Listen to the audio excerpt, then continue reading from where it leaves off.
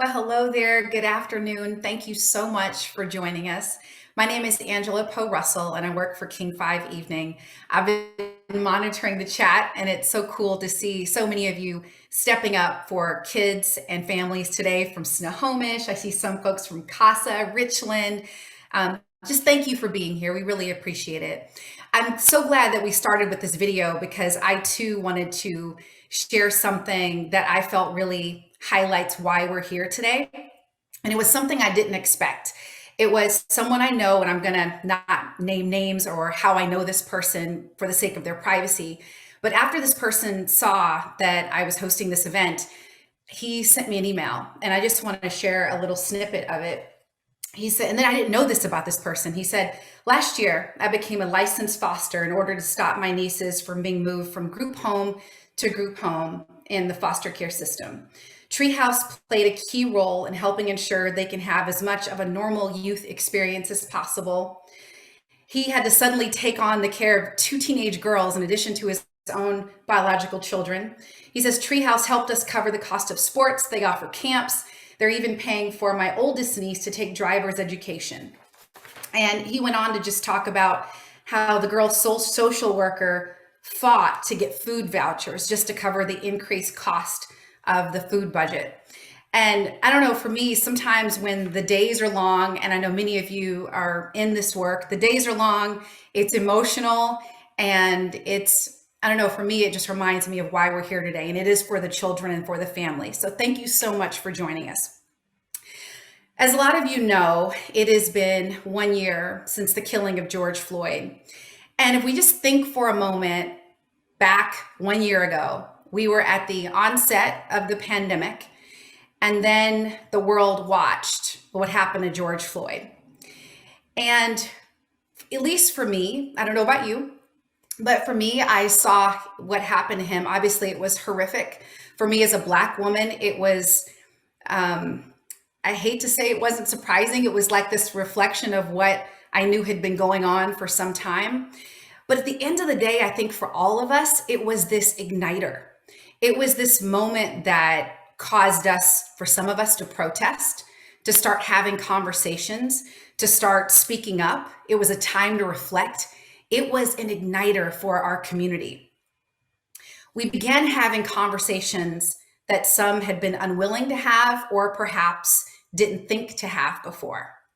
So on this anniversary, it is about doing the work that the death of George Floyd set in motion. And for Treehouse, it is building on the work that's already being done. So thank you for being part of this today. To kick things off, I want to introduce you to a dear friend and a former colleague. For several years now, Michelle Lee has used her own childhood experiences to publicly advocate for kids and families impacted by the foster care system. She's now working in a different time zone, but she wanted to share this message. So take a look. Hi everyone, I'm Michelle Lee, and I'm so honored to be a part of the program today. My story is a little different because it started in another country, but I was in a foster care system and brought to the United States where I received all of my services. And if it wasn't for social workers or families and volunteers, my outcome would have been much different. But even having gratitude about my upbringing, I still faced a lot of adversity because I was raised by people who didn't look like me, and I was in a community where there were few people of color. Not to mention the fact that I am a first-generation college student and proud of it, and had to overcome a lot of challenges getting to school and then also staying in school. And yet I am still very aware that I had a lot of privileges. That's why I think Treehouse is doing such great work, because not only have I benefited from organizations like Treehouse, I have volunteered at Treehouse, and I featured youth when I worked at King 5 who've been a part of the Treehouse network. I have truly seen the power of Treehouse and how the organization really focuses on a whole person, addressing inequities, especially in education, and racial justice is really what we need with groups who are involved in youth and foster care. When I was growing up, people did not address these issues at all. In fact, caregivers were told to assimilate children into society, which for the most of us meant, being assimilated into a culture that did not reflect the person in the mirror, or at least address the person's past, the history, nor did it help that person prepare for the world, the real world. So with these efforts, it really is time to start looking at children and youth as whole people. The past does not define a person, but it really helps shape a person. And for me, I use services centered around my adversity well into my 20s. And sometimes, I think that being a part of the discussions today still help me. So I really do want to applaud Treehouse for addressing the elephant in the room, so to speak, and taking care of our youth as they age, because I'm living proof that even in seemingly safe spaces, we are still vulnerable and need access, and we also need commitment from you. All right. Thanks to Michelle, and we'll hear more from her a little bit later. Speaking of commitment, I love that word, because when Dr. Lisa Chin became the CEO and president of Treehouse, it was at the onset, I should say, of the pandemic. And if you were watching the news, you probably heard the stories of more youth in foster care experiencing homelessness, and the folks at Treehouse were seeing that firsthand. And knowing that those inequities would only continue to grow, Treehouse's executive team worked tirelessly to figure out what to do next, and realized that it would need to start with a conversation at the intersection of foster care, equity, and education. And that brings us to today. So let's take a look at the screen for some words from Dr. Lisa Chin. Thank you to everyone who took the time to be with us today. We are honored to have you join us for the inaugural event in our equity campaign, an opportunity for us to come together and further the conversation around race, equity, and foster care. This is such an important time in our nation's history, and as I spend so much time talking about equity, social justice, and systemic racism, not to mention the COVID-19 pandemic, I often find myself reaching for that word unprecedented. As in, these are unprecedented times, or this is an unprecedented moment. And frankly, I am tired of using that word. I am tired of hearing that sentiment. It has been one of the most awful years in memory for people around the world. Our species and the entire planet is suffering through illness and loss, made unnecessarily worse by the hate-filled rhetoric of our 45th president and others whom we trusted to lead us. As a Chinese American woman, I listened to the hate speech that has enshrined division in our country, the words of revolution that have encouraged white America to take your country back and make America great again, all while labeling people who look like me as Kung flu carriers and categorized as something less than human simply because of the way that I look. And when I see what's happening around me, it feels like progress in this country has been set back 50 years. We're in the 1960s again, except that it is much less of an innocent time. We can access information globally in an instant, and there are more tools that allow us to witness violence and injustice everywhere. The realities of the past year are on our phones, our laptops, and our TVs, updating in real time. And because of the pandemic, we've been isolated. We've lived in fear without the ability to reach out to our communities who give us solace and support. And we all see how commonplace violence, hatred, racism, misogyny, and anti-gay sentiments have become. And we are starting to understand that our systems reinforce those ideas. It's like dumping kindling and gasoline on some tinder, and our 45th president lit one of those matches. The anger has reached a crescendo. And in this moment, because the youth in foster care that Treehouse serves are deeply affected by all these trends, it is more important than ever that we insert ourselves into the equity conversation. Because the battle for equity has moved into the public eye in such a way that we have to take advantage of this moment in time. And this is a moment of opportunity. With so many voices lifted and calling for change, we have to share the stories of these youth who are so systems involved, so impacted by everything that is happening, because no one else is witnessing this for them. They need the partnership and support of organizations like Treehouse and from people like you. We have to be talking about equity right now because all of our major systems are being called into question. We have an opportunity to plant seeds in the collective consciousness, to touch on the public will, to evoke change for the young people who face the most barriers. And we need to highlight the ways that racism is embedded in the systems that are designed to serve all of our youth, like the education system and the foster care system. We need to expose the idea that when these systems were designed, embedded in them were thoughts about how they should work and what their success outcomes would be. And through that systems development process, people were divided and separated based on race, gender, and sexual orientation. For years, the rules and policies have discriminated against anyone who is considered different. And they have reinforced the message over and over that if you don't look like us, if you don't think like us, and if you don't pray like us, you're not welcome here. And you're not normal, and therefore you're not accepted. And when the people who had these beliefs designed systems for the greater good, to educate us, to make us better citizens, or to care for us, they ignored some fundamental needs around people who don't identify with the dominant culture. And that is what systemic racism is all about. If those thoughts and beliefs are embedded in the way the systems are designed to work, they conspire to keep me and people who look just like me separate. Now we have to recognize difference, and in recognizing difference, we will get to a place where we can harness our differences and work together to build something that is greater than any single group of us could.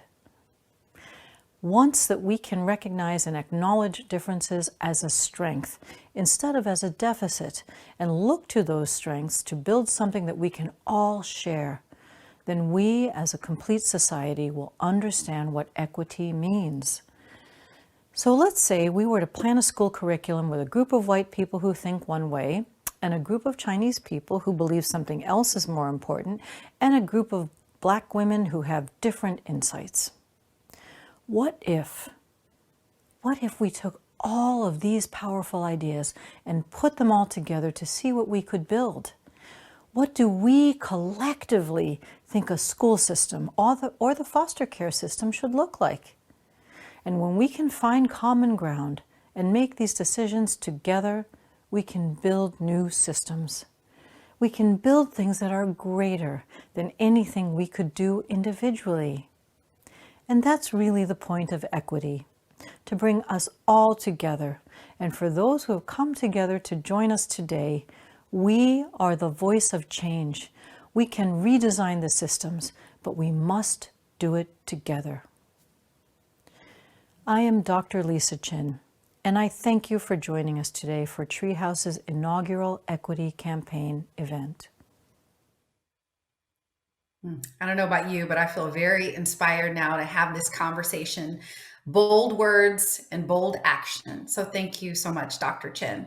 With that, let's bring on our panel. So I'm going to introduce them and they're going to magically appear. Here they are. So first, I'd love to introduce you to Sharonda Sullivanoff. She's the Director of Public Policy at Children's Home Society of Washington. Previously involved with the system due to drug and alcohol addiction, and she is now an advocate for systemic change and continues to learn more about the child welfare system from the perspective of being a kinship caregiver to her grandson. Governor Gary Locke served as governor of Washington, as well as U.S. Commerce Secretary and U.S. Ambassador to China, currently the interim president at Bellevue College, a leader in areas of education, employment, and human rights. And I know you're a leader in so many other areas, Governor Locke, but we'll just keep it there for the sake of time. And then Ross Hunter, Secretary of the Department of Children, Youth, and Families.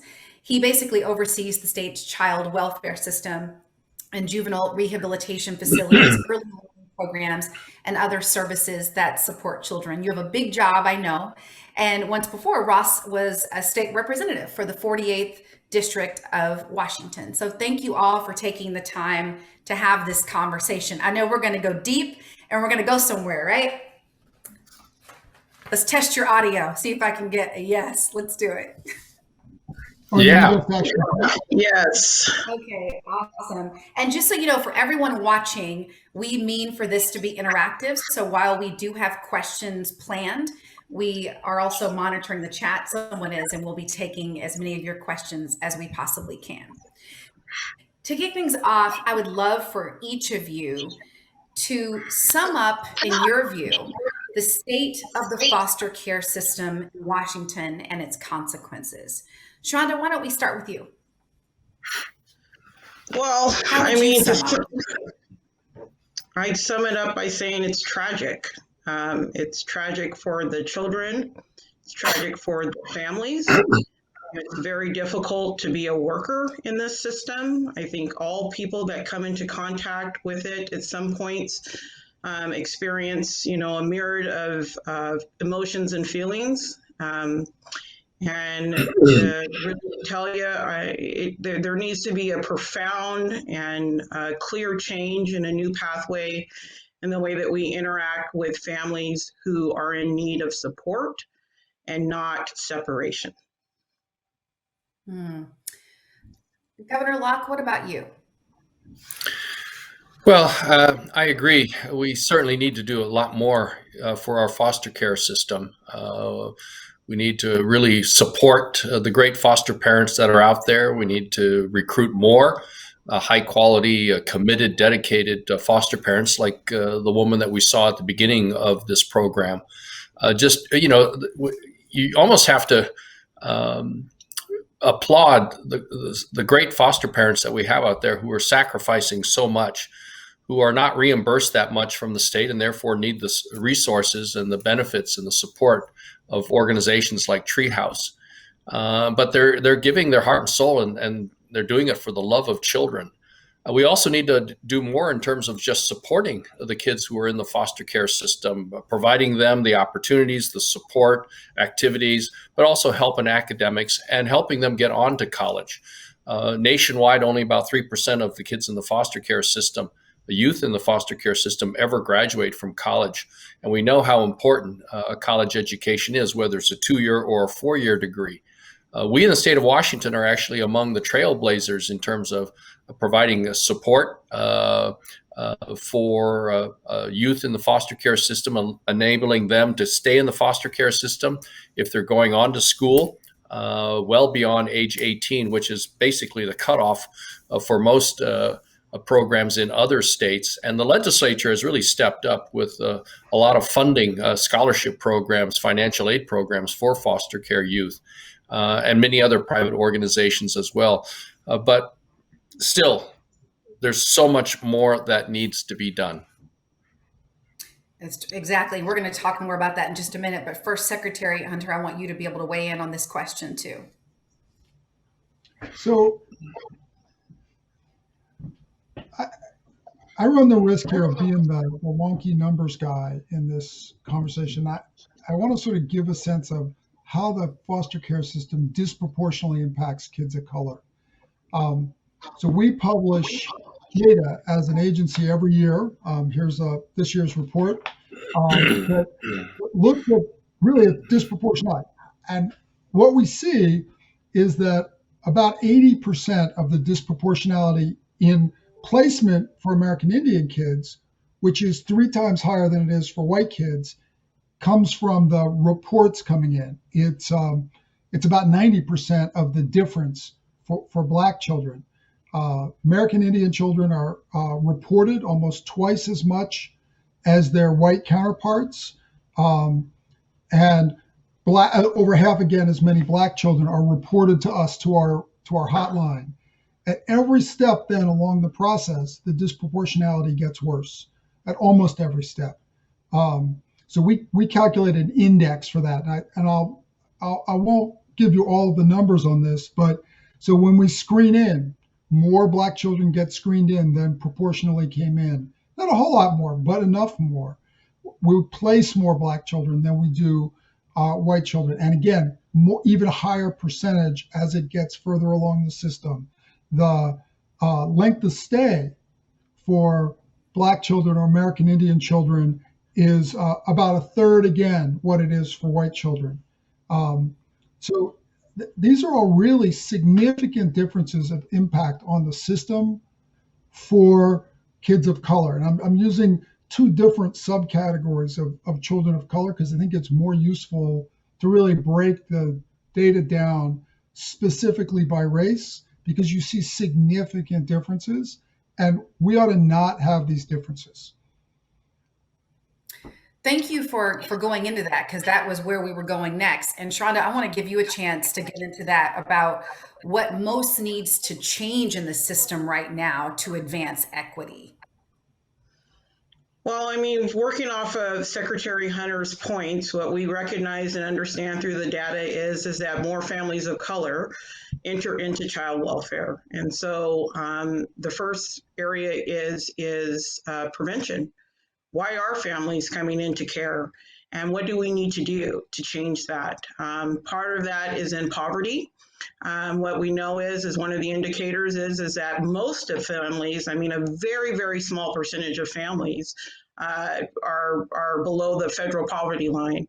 And so poverty is a risk factor in actually entering into child welfare. We have a way of conflating neglect with poverty. They are not the same. They are very, very different. People can grow up in impoverished homes and be incredibly happy. So we have a societal view that needs to really come into question, and we need to alter the way that we respond to that. I also want to just point out that, the investments in families, currently the way that the system is set up is that we remove children and we place them with strangers. And then you give those strangers money to care for children, when some of these families just could have used a few extra dollars. I mean, there's data that actually supports that by giving families just $500, that it decreases child maltreatment by 13%. So it's evident that, financial funding supports and helps families. It's not, I don't think you need to have a PhD to recognize that being stressed out financially causes some other behaviors that are not necessarily the most promising and practical, and that we as a society, and the way that it's designed at this particular point, does not support living wages and all of the things necessary to kind of thrive in your household. So most needs to be changed is we need to put money with families instead of removing children and giving that money to strangers. I love that you gave something specific and tangible that can be done. And it kind of, I think it was Daniel who posted the question about what institutional changes need to be made to support youth and caregivers. So before we kind of, I guess, dive, because I have somewhere I want to go with Sharonda's point, but if anyone else wants to weigh in on that pieces about institutional changes that we can make, those systems changes, I want to give you an opportunity to do that. Well, so let me give you some stuff that has changed, but that takes a while to roll out. So when I started in this job, we had about 9,000 children in the foster care system. We're now down to 7,000 because I think there ought to be fewer children in the foster care system. I think we can safely reduce that system to about half of what it was. So we've made enormous progress in the last 2 or 3 years in doing that. The federal government during that time changed the financial system that Sharonda's talking about here, where the state actually gets more money from the federal government for every kid that we put in foster care, which is crazy. I mean, I would rather have a system that gives us money to keep kids out of foster care. When I talked about the disproportionality of intakes, the most effective thing that we can do to reduce the number of kids coming into foster care is to support the families that they're in where they are right now. The Family First Prevention Services Act, which Senator Murray was a huge push on, will make a huge difference in giving us money to spend, that give us federal money to match the state money to prevent on evidence-based prevention stuff, which I'm excited about. The new, I can't get all the acronyms right on the federal stuff, the recovery, hoorah, rah, whatever, the new Biden tax thing is going to cut I'm going to use that one day. Yeah, so I'm not running for office anymore, so I don't have to get it right. But Mhm. It will reduce child poverty by half in Washington. That's pretty exciting because that will go directly at what Sharonda was talking about how a little bit of extra money makes families a lot more secure, and making sure that when we have relatives that are caring for kids, that they're getting the same financial support that we would give to strangers who are often a lot less likely to be a family of color. Yes, and that actually brings me to the email that I started off this whole event with. I didn't read this part on, for everyone, but basically this was the story of, I'm trying to protect this person's identity, but basically he was saying he was a relative willing to take his nieces in, and it took him 10 months to get any state support. And this person is a single father trying to get by, and he's like 10 months to get state support, and because he had to become licensed. So fortunately Treehouse was the bridge, but every place doesn't have a Treehouse, and I'm sure there's more need than what Treehouse can do. Legislature just this year passed legislation that allows us to do an initial license and start that support payment for a relative on day one. So that exact problem that you referenced, I made a note a little later on that I was going to come back to your father that you led with, but we can actually provide that support on day one. We still need to get them licensed so that we can get the federal support, because it makes it work a lot better. And our ability to change federal law is pretty limited. But the change in Washington law, and I got to thank Representative Ortiz-Self for her work on the bill, really will make a difference in getting resources right to families, birth families, before the kid comes into the system, and to relatives, so that we can keep as many kids as close to their family as possible. Every bit of social science research says the long-term emotional, mental health impacts of staying with family are enormous. Yeah, and I know we did skip ahead, but it just organically came up because we were going to talk about Makia Bryant. For those of you watching, you remember she was the young lady who had the knife, was in a fight in front of her foster home, and was shot by police. And I know when we were having our discussions to prep for this conversation, it came up that this law that was just passed would have helped families, because there was someone in Makia Bryant's family willing to take care of her, but didn't have the financial resources. Yeah, that was her grandmother. Her grandmother had her in her home, and because her home wasn't large enough, the children had to leave. And so once again, the money went to foster care to pay someone else to care for that child. And we know what that looks like in the devastation of what happened to her. I also want to just point out, and just drawing off of Makia's story, is she asked for help. She asked for help along the way, and no one listened to her, right? And youth have a voice, and they are talking, and they are speaking loudly to us. And we have a way at some points wanting to diminish their voice, as if they don't know what's going on in their own lives. No one is more of an expert about someone's life than the person that's living it.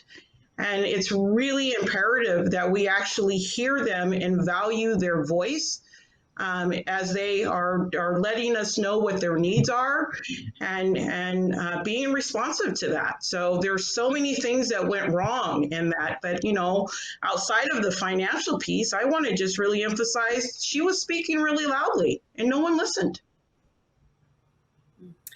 Speaking of speaking really loudly, I don't know how many people got to see, there was a report on King 5 where several social workers in Washington state spoke up, and a former child impacted by the foster care system spoke up about the way in which children were treated, not being able to go into hotels or having to sleep on floors. And I just wanted to give you an opportunity, Secretary Hunter, to address that, because it does seem, if you look at that story, they are trying to elevate something that maybe they're not getting the answer somewhere. So we don't have children sleep in cars. I want to be clear about that. What we do, and we have a small group of young people that we are struggling to serve well. And so when we have a placement for the child, we'll drive the child to the placement. If the child doesn't want to, the young persons, typically in this case is our teens, doesn't want to be served in that particular foster home, we may not have another alternative. And our caseworker will spend a lot of time in the car trying to convince that young person that that's a better place for them. A hotel is not a legal place for us to keep kids. And what was a small exception in the past has gotten sort of out of control. This is a place we are really struggling with a relatively small group of kids. We just don't have a great answer for. And we are working super hard to build more alternative placement options that'll really work. But 16, 17-year-old young people have agency. They can make choices on their own that may not be what we think would be best for them. I don't know if you've ever noticed this about teenagers before. And we've got to sort of find a way to work with young people to make them to give them choices that work for them. But there's also stuff that we can't do. And so this is the intersection of that. And it's really a difficult issue for us. I've been on TV before about this particular issue. It's a place where we're really struggling to find appropriate placement options. Washington State is really challenged in placement options for kids with often really complex issues. We'll have some with developmental disabilities. We'll have some with sort of behavioral health, pretty severe behavioral health challenges. And Washington State just does not do well on mental health treatment options for anybody, let alone for young people. And it's a place where the other cabinet agencies and I are really trying to coordinate our work to make sure that we are not letting anybody fall through the cracks. And it's taken us a while to get to where we are today. And we have a lot of work to do. I'm not happy with where we are today. And did anyone on the panel want to respond to that?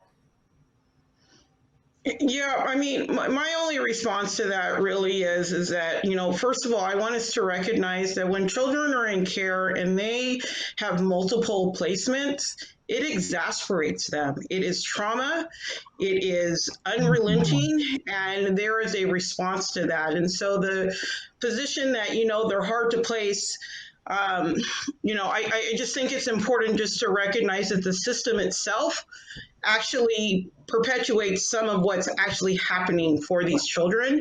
It's so important for them to have the resources necessary, for their needs to be met.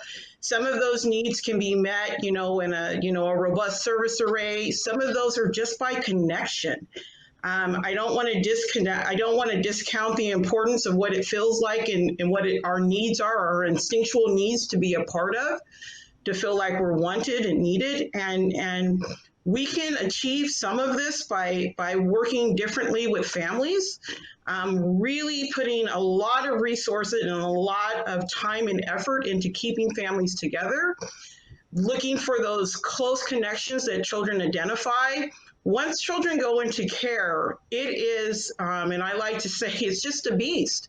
And so our efforts, along the way need to change. And they need to change in a way that recognizes the harms of the system. It has, data all over the place that says this system is not serving children. Working off of Governor Locke's comments, the 3% of children that make it to college, you are sending more children to prison than you are sending to college through foster care.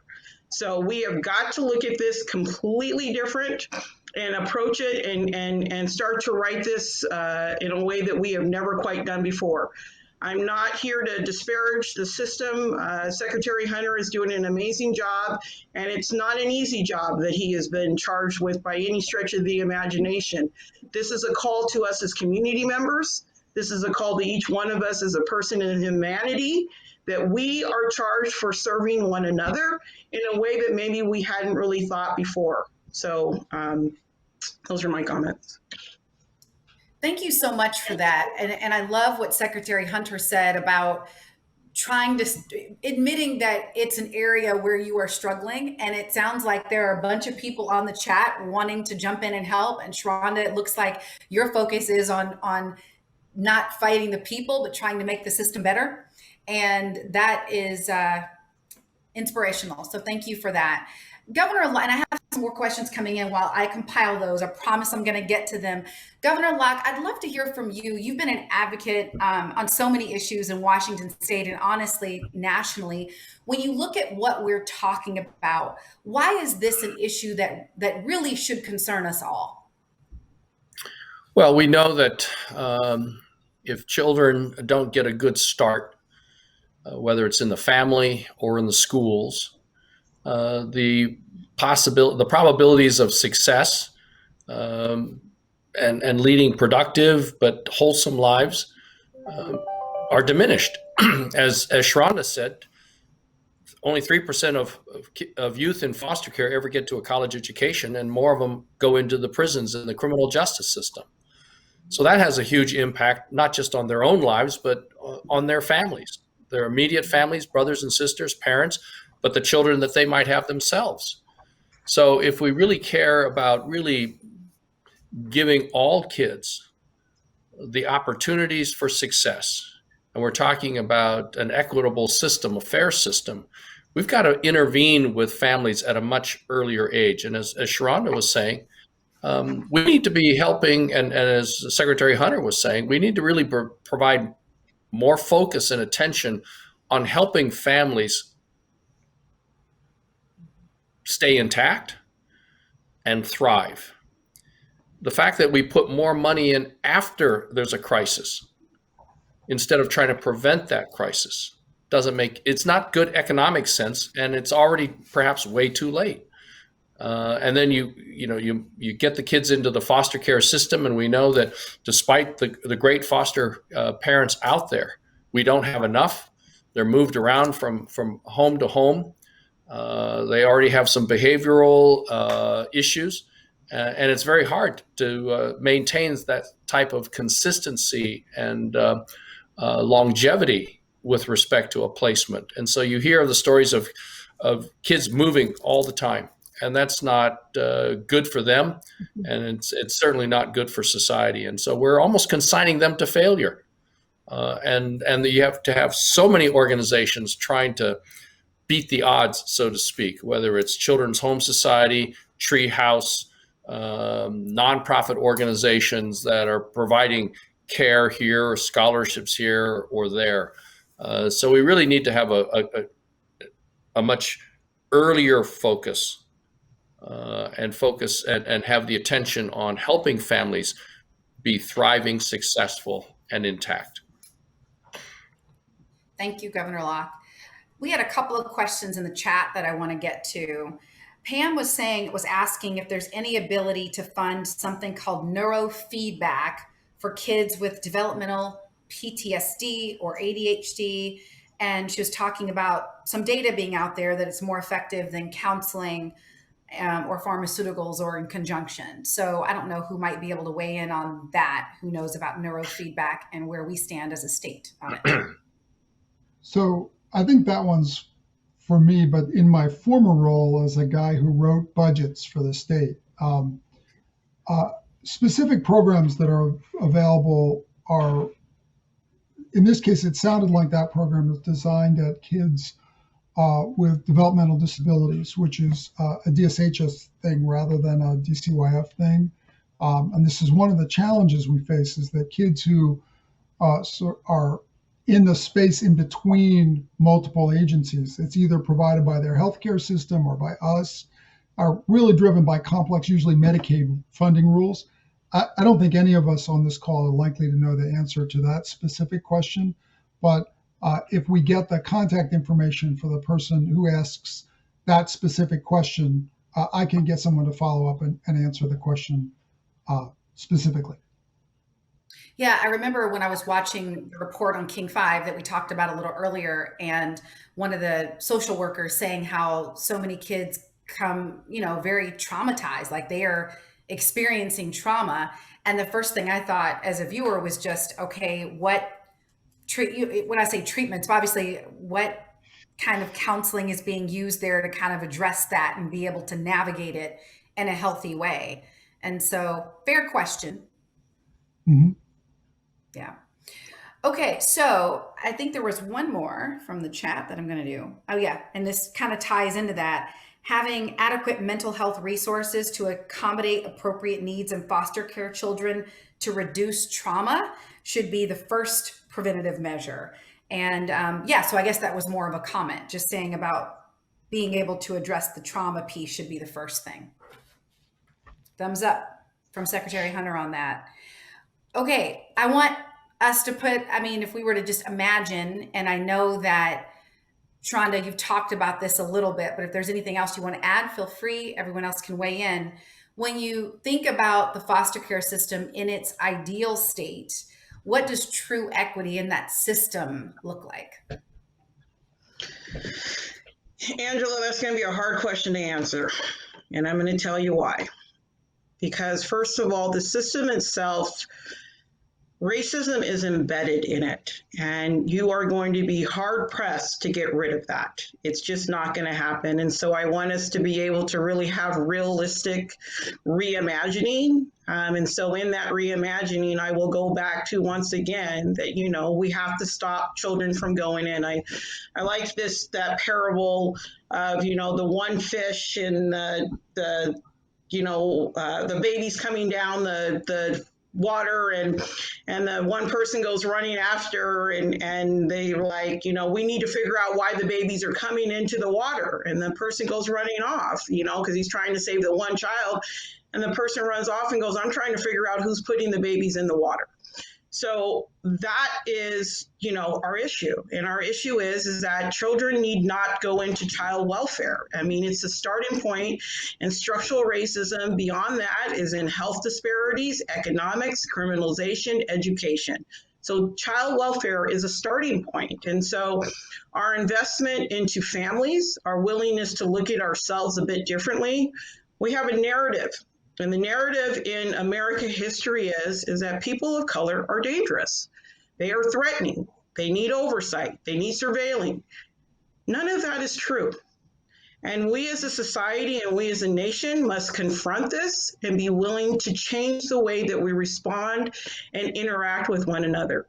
The changes are within each and every one of us as individuals. The system as a whole is a very large, you know, it's a large deal, but it's comprised of individuals. And so, you know, my feeling is that we have to continuously challenge ourselves to see this differently.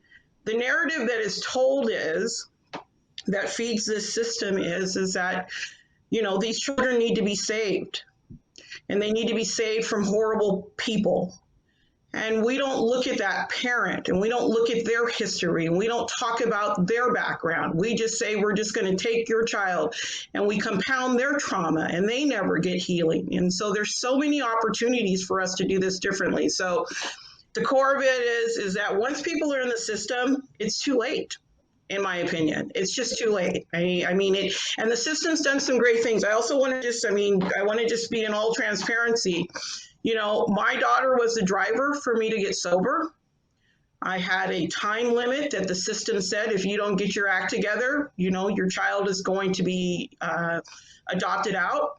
And that was the catalyst for me, and it changed things for me. Did I need that? I don't necessarily know one way or the other, but and so the system didn't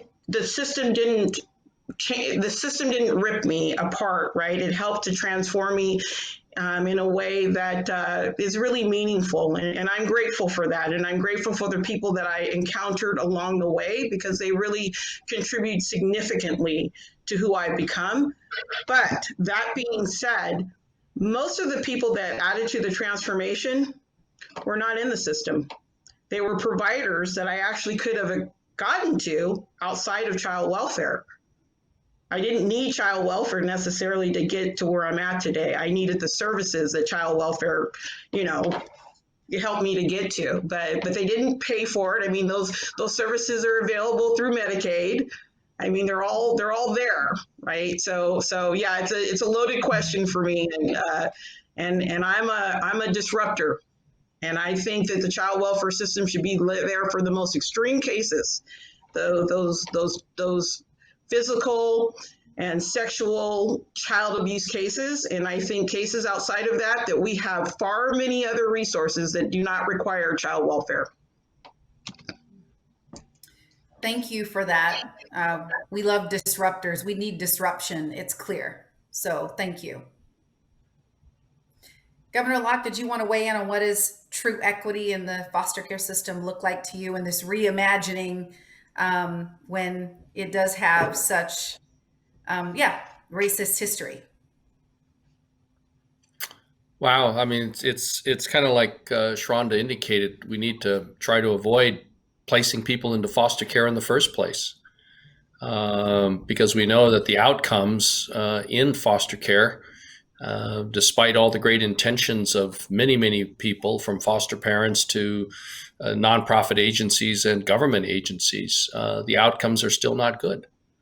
And that is almost consigning people, almost pigeonholing people into even more inequitable outcomes in terms of education, in terms of the criminal justice system, in terms of income, in terms of their own family and what happens to their kids. We simply need to do, first of all, for those, once we have the foster care system, we need to really focus on providing a lot more support for both the foster care, for the foster parents, and especially the youth within the system, in terms of trying to provide stability, higher, more support, educational support, wraparound support. I mean, as the video showed at the very beginning of the program, opportunities for the youth to take gymnastics or to learn to swim, to really have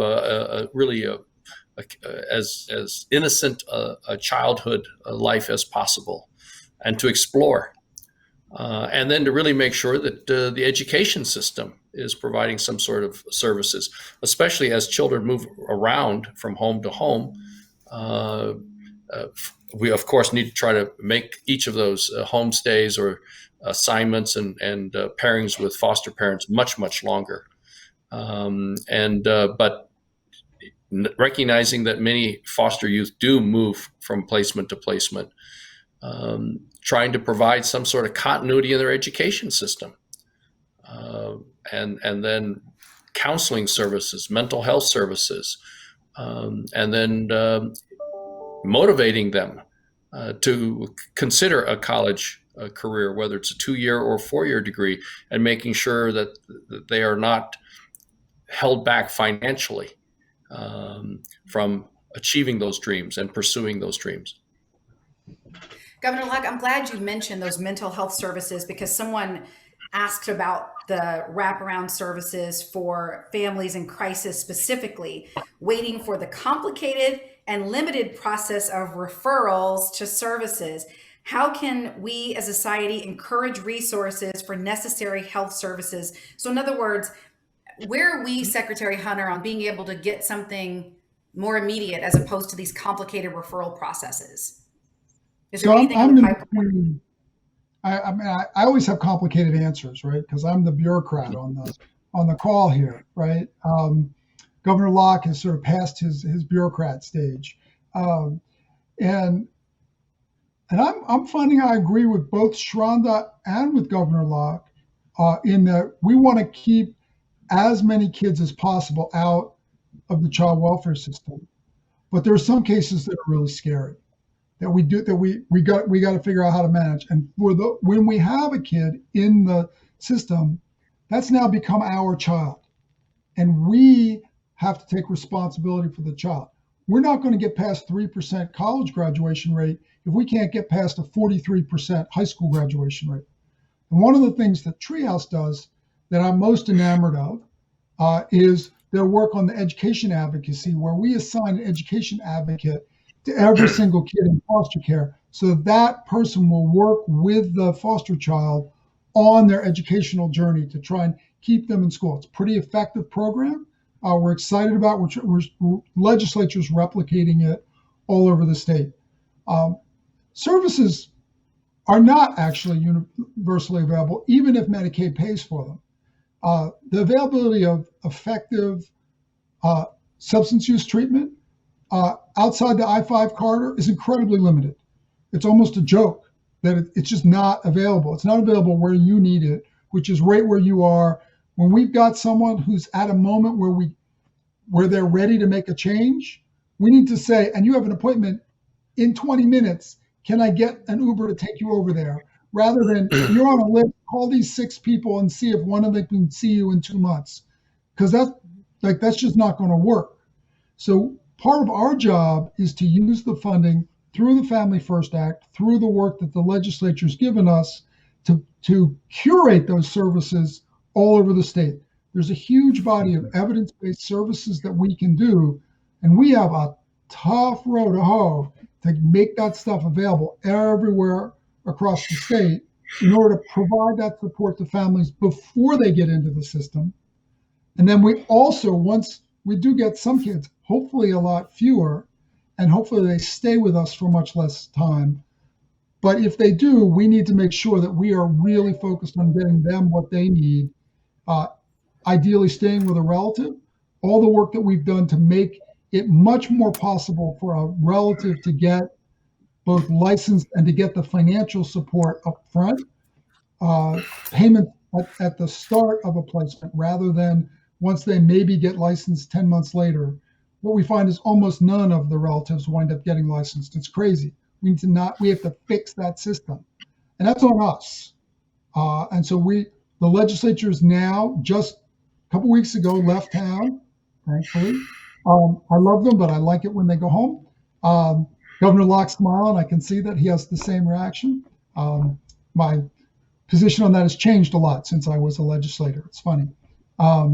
But they've done great work. This was a historic session in the work that they did to provide support for visitation and provide support for us providing services to families and making it much clearer about when we should remove a child when there's risk of imminent physical harm. And really in a much smaller set of cases, we supported the legislation. We want to make that happen. Yeah. Thank you so much. We have another question that came in, and this was related to, the treatment for kids either before they are in the system or when you have them. Music therapy for foster care children. It says our therapists use an anti-oppressive and trauma-informed approach with all ages, abilities, and circumstances. Can you speak to that, or is there any kind of music therapy being offered? What's available with that? We offer programs that have met an evidence bar that's been set by the legislature, and by the federal government, which typically requires multiple randomized controlled trials, which is a pretty high barrier to breach. And so there's a limited set of programs that have the financial support of the state, and we're really pretty constrained by the legislature into only use programs that are effective. We do some experimentation with 100% state money, but it's to get programs that are on a path to meeting this national evidence bar that they're effective. There are a ton of programs out there that work, and they really work for some kids. And this is why we've got places like Treehouse to give us that kind of flexibility to provide music for kids where that's what motivates them, or sports, or gymnastics, or whatever it is that is specific to a particular kid. But we look officially at sort of large programs, nurse family partnership, Triple P is a parenting program. There's a ton of cognitive behavioral therapy programs that have a academically certified evidence base, because we're really not qualified to make that judgment ourselves. I get it. And it makes perfect sense to have a process. But when the process becomes so complicated that you can't get let's say, specific treatments or therapies to people that need them now, I think it becomes a big problem. And the only analogy I can think of is like we have a COVID vaccine right now. And yes, it was rushed. It was faster than the usual process because it needed to be. And I guess I just wanted to speak up on that, because thinking about what you said earlier about the process to become licensed is a very important process, but we need to make it faster.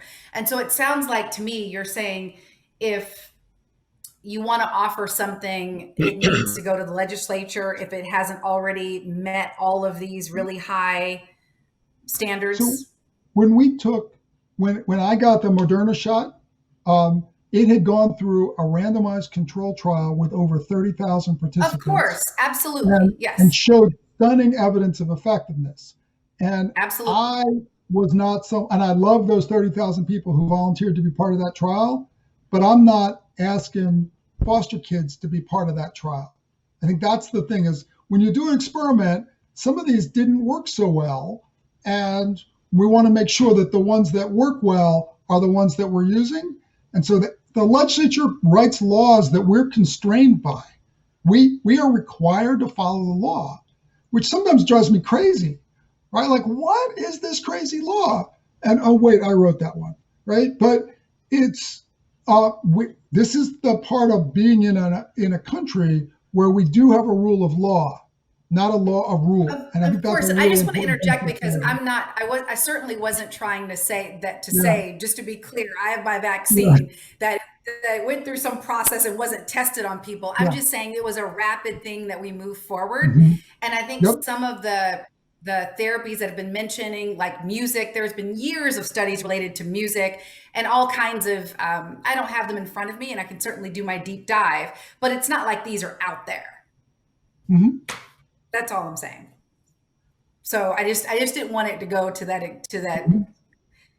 I didn't want anyone to think that I was trying to say that the vaccine was just some, Does that make sense? Can I just add? I just want to just talk a little bit about the evidence-based piece here, because this is a conversation about equity. And so, when you're going to those randomized trials, there's only so many people and so many agencies that have the funding to be able to reach that evidentiary standard, to be able to then say that it's evidence-based. But if we know that a large percentage of families that are coming into care are families of color, there are lots of treatments and approaches that are culturally relevant, that mean the most to those that are being utilizing of those services and approaches, and they don't meet quote unquote evidence base. And so some of that actually creates some of the inequities because it doesn't speak to the person who's utilizing the service. So I just think it's really important to just throw out there that part of the issue is that we put these requirements and these regulations and it perpetuates the disparities. It doesn't gather the whole. It only speaks to some, and it doesn't speak to the majority that find themselves in these systems needing services. Thank you.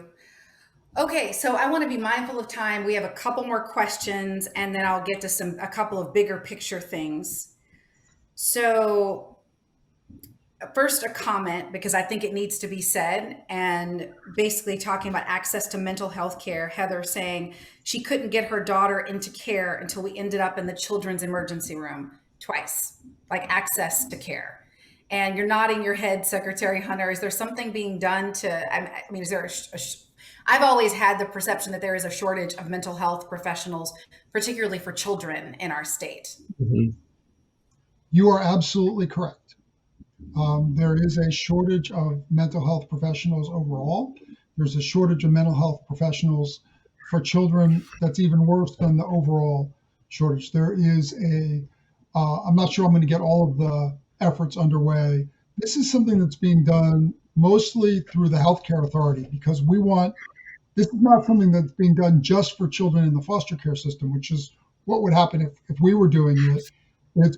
We want it to be available to all children so they don't wind up in the foster care system. So it's done by the healthcare authority. So it's available to children all over the state. Almost every child in Washington has healthcare. It's an amazing investment. We're one of the best states in the country for this, but we don't have access to mental health care. So there's a children's mental health task force working on this with the healthcare authority and with DSHS to try and make more and more services available. But growing that system is slow. You got to train providers.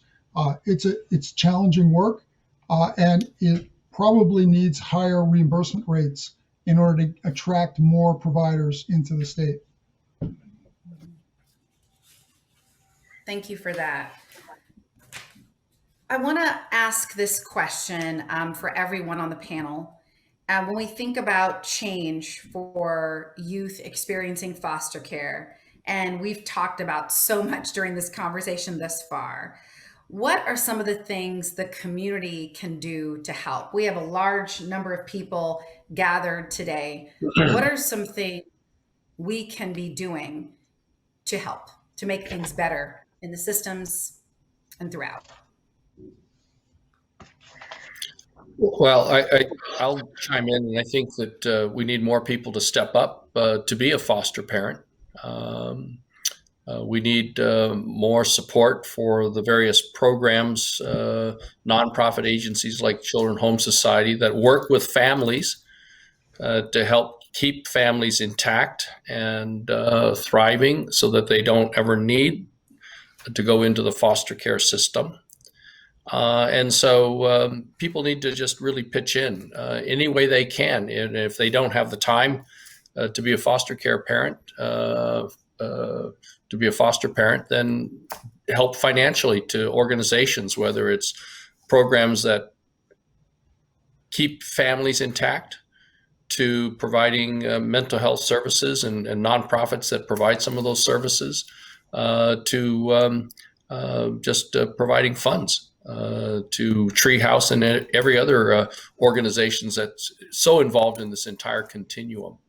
So I think that's one thing that the community needs to do. And obviously putting pressure on our legislators and on our state agencies and the governments, from the state government to the federal government, to really provide more support for early intervention for families. Thank you. Yes, someone just said, what if we didn't have a welfare system and instead we had a well-being system? Sharonda, did you want to weigh in on this big question of what can we do as a community?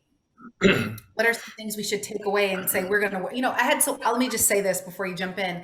I remember at the beginning of the pandemic, it was a therapist who said, 1 year from now, what do you want to, when you look back on this time, what do you want to be able to say that you did? What do you want to be able to say that you did? And so I know there's so many people on this call. I can tell from their comments that they're passionate, they care. What are some things the community can do? I just want to draw us back to your opening statements about George Floyd. And when we, witnessed the murder of him, the world was in unrest. There was people protesting in the streets, and they were extremely activated. My question to them today is a year later, what are you doing now? And that speaks to this question here, which is there are lots of places for you to show up. And I cannot tell you exactly what that looks like. You hold a special set of skills, expertise, opportunities, and there are a plethora of ways to be involved. You don't have to be a foster parent to make a difference for foster children. There are so many different ways. There's volunteering, there's funding, there's mentorship, there's, tutoring, there's, driving. There's just so many places where we can actually show up for people. And outside of this moment, in this moment, right, we might be activated, but this is a system that's been operating for quite some time, and it requires activation every day. So don't walk away from this moment thinking, we've had this time together and, we're a bit more informed. Information is one thing, activation is what's necessary. So you decide what you need to do to activate in this. I'm a kinship caregiver, and I'll tell you one thing. 3 years ago, it was not on my list of things to do to take in a baby. I had some plans going on in my life, and caring for an infant was not at the top of it, but it was required. And the only reason why I was able to do that is because a foster parent who came into this system wanting to fostering decided to partner with me. Her objective was to foster to adopt, and along the way, she learned something else. And what she initially ended up doing is she supported my family in a profound way so that my grandson didn't find himself in a system that doesn't parent well. So be open, remain willing, and be willing to learn from each other on how we best can show up for one another. So, Well so said. I don't know what, Sharonda, I don't know what your particular situation is with the grandson, whether you have that formally through the foster care system or if you're just taking care of your grandson because it's the right thing to do. We've got No, about it's formal. formal. Okay.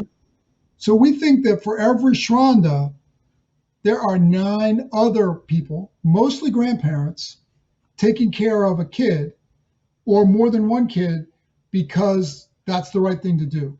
But they're not involved in the system, so they're not getting the formal support of the system. But the kid's in the best place to be, which is with the family. The thing I was thinking is, best thing you could do is, you probably know somebody in that situation. Take their kid to the ball game. Do something. Do something to help that family. Have those kids come over, play with your kids. Just make that family's life be stronger. Be part of their life. Be that support service for not just kids in the formal foster care system, but the informal system, which we think is pretty significantly larger than the formal system. Thank you for that. I know we're winding down, but I just wanted to get in a couple more questions and I'll let you have a final word. And, you talked about some of the things the community can do, but during this conversation, Secretary Hunter, you mentioned the legislature. You mentioned that there were some laws that they passed that really made a difference. So I'd be curious to know if there's anything else that we can advocate for that maybe on a legal level might help make things easier or improve the system. And I'll just give you I don't know if this would be one of them, but for example, Stephanie talked about BIPOC families asked to pay up front, then be reimbursed by their insurance. MHC should be covered in the same way physical health insurance is. Is that, this isn't something I do every day, but does that make sense to you, that question? I think so. I think what she's talking about is having to pay for mental health services that are going to be covered by your insurance plan, whether that's one of the Medicaid plans or not, but having to pay up front and get reimbursed for it. That's not normally what we have to do with healthcare. I've gotten some pretty expensive personal healthcare, and I know I didn't have to lay out, tons of money for my stem cell transplant and then have my insurer pay me back later. I'm not sure that would have worked out well. And we should not have that happen for families with mental health care either. It ought to be just like going into a well care visit. If you need care for the part of your body above your neck, you ought to be about the same as taking care of the part below your neck. And I absolutely agree. And that's something that the legislature, I don't have a lot. I mean, I'm not in charge of healthcare. People think I want to be in charge of everything, but that's not actually true, or at least not today. But this is something that we can work out, is to really make sure that the mental health care system is on the same basis as the physical health care system. So it's a big deal. Okay. Is there anything else you would have us that you might recommend we can advocate for on a legislative level? They gave us a lot to do this year. I would be okay with them. Yeah, just like let us catch our breath and actually give us a minute to implement everything that you just completely rewrote the rules about the front end of the child welfare system. Yeah, let's give us a minute to implement it before we start making another change. It'll be easier. Thank you, please. I don't know, Sharonda, did you think you got everything you wanted in 1227 this year? I did not. I cannot make you any promises, Secretary Hunter, but it has been a great amount of progress this year, and everyone needs time to do a job well. So we definitely want to be able to ensure that for your amazing workers. But we will be back. I'm sure. Sharonda, and Sharonda, someone did just ask, are there any bills they can support? Yeah, the legislation session is over, and the bills that Secretary Hunter is referring to is 1227, shout out to Keeping Families Together, and 1194, which is a visitation bill, and 5151, which put a child Pacific license. We wanted to make it easier for kinship caregivers who wanted to care for their kin to be able to do that. So there's been some incredible success this session with the support of the department, and we're pretty excited about that. We, as I said, we'll definitely continue to move the needle in a way that supports families and supports the department in doing a good job. I want to really throw that out there too, because it's a hard job they're asked to do. And we want to equip those caseworkers to do the best, and they can't do that with the incredible flood of children that are coming into care. I don't fault them because, if I was put in that position, I wouldn't be able to do, it's really liability and compliance, and we really want social workers to do really great social work. So we want to be able to give them the room to do that. And we hope to be helping support and driving legislation in that spirit also. Awesome. Okay, before we wrap, I want to give each of you an opportunity to share anything else that maybe you didn't get a chance to talk about, anything else you want people to know. And Governor Locke, we'll start with you.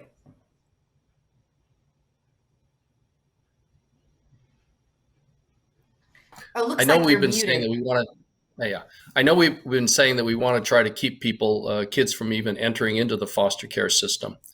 But we also need to recognize that we have some great foster parents out there that are just so dedicated and doing it for the love. A very close friend of our family I got to know when I first met her was across the apartment, and she was always bringing in newborn infants and caring for them. She was also a victims advocate for the King County Prosecutor's Office, but she became a foster parent for crack babies.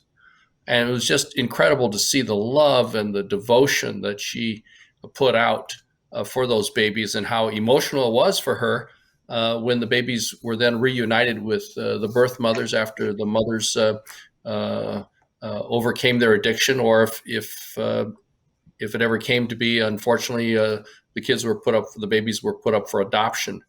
But it just really showed and demonstrated to me just the love and care and the dedication that many of our foster parents have. They're doing it not for the money, but really for the love of children and wanting the best for our children. So we need to support those great foster parents that are out there and giving them as much support and services and assistance as possible, whether it's through Children's Home Society, Treehouse, the College Success Foundation, which that I'm working with in terms of providing scholarships for foster kids to get a 4-year. We have a program in which we have a golf tournament every year in which we raise money to provide 4-year college scholarships to foster kids, and we've given out over 500 scholarships over the last 20 years, and about 50% actually graduate with a 4-year degree. And so we're really proud of that. But there are a lot of people really involved and helping out. We need more. And we should thank those that are so committed, like our foster parents, even though we would like to avoid placing children in foster care in the first place. Okay. Secretary Hunter, anything else you want people to know? Yeah, I mean, you asked a lot of questions in your email, and you didn't really ask the one that I'd hoped you'd ask me, which was to talk about the history of how race interacts with the child welfare system. I come to this pretty clearly as a white guy with a lot of privilege, and so it's been an educational journey for me. And I mean, if you look at American history and how child removal has been used as a cudgel to beat and to suppress people, it's pretty terrifying. I pulled up a quote from Sojourner Truth from 1851. I've borne 13 children and seen most all sold off into slavery. And when I cried out with a mother's grief, only Jesus heard. I mean, so there's, 170 some years ago. In Reconstruction, Black children were arrested for idleness, just for walking down the road, and then put into chain gangs working on farms. In 1954, just days after the Brown versus Board of Education decision, Mississippi passed legislation cutting families off welfare if their mother failed to keep a suitable home. And you got to hear those quote marks around that, because that language was only enforced against Black families. In fact, Florida did a study in 1960, right before I was born, that looked at how they enforced their similar law, and they found that only 9% of their investigations were of white families. So, like, this stuff has been used to suppress families of color for forever in America. Just recently, you sort of the full stretch of American history, the separation of children from their families at the border was a deliberate attempt to terrify families into not claiming legal refugee status. I mean, it's the same use of that. And we as like the thousands of people who work in the child welfare system have to understand this. And so we're doing a lot of work, not just on all the numerical stuff that I talked about today, but about having all of us try and understand the impact of caste in America, as Isabel Wilkerson would call it, of how this has played out historically, and how to think about it so that we're really making decisions about safety for children and not projecting all of this history stuff that's in the back of your head onto reality. And it is a hard lesson to learn. It is hard to listen.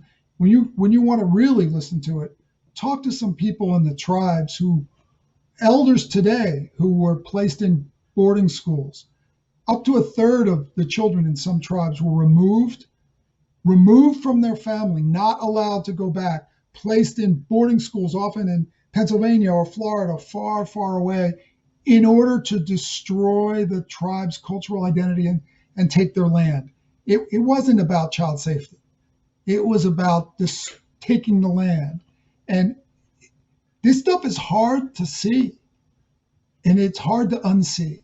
And it's we as an agency are looking at this, and we're doing affinity group discussions and training, in addition to the hard work of really looking hard at the actual impact on children. We want to make sure we understand this. It's hard on your soul. I don't know. That's what I got. Yeah. Thank you for that, for sharing that context and for explaining a little bit more about some of the work that's being done behind the scenes with your team. Sharonda, I'll let you have the final word on what you want people to know. Anything else you want to share? Yeah, I'll just follow up a little bit off of Secretary Hunter's. Racism is hard to see. It's even harder to live with. And I've been Black since the day I was born, and I'll be Black the day I die. When you see those pictures of those kids that have been killed, or someone that's been lynched on the street, it rips at your soul in a profound way. We are a cruel society, and it is time for us to acknowledge it and claim that we will be different. We are 99.9% the same. That's your DNA. The only difference is the color of my skin. Please, I beg you to find the way in your own life on arresting racism. If you have power, you have responsibility. Our children are crying out. They deserve better. And we have learned enough and we know enough that it's time that we do better. So, Rhonda, thank you. I know this 90 minutes just flew by, and for so many of us, yes, Sharonda, it is emotional. And hopefully for a lot of people, it's been illuminating, validating, all of those things we want it to be as we think about what do we need to do to make change. And, you know, this is just the beginning of the work, the beginning of the conversation. And we will have another event in September. I'll tell you more about that in just a moment. But first, if you'll just stay on your screen for just 5 more minutes, Michelle Lee had one more thing to say. So just take a look at your screen.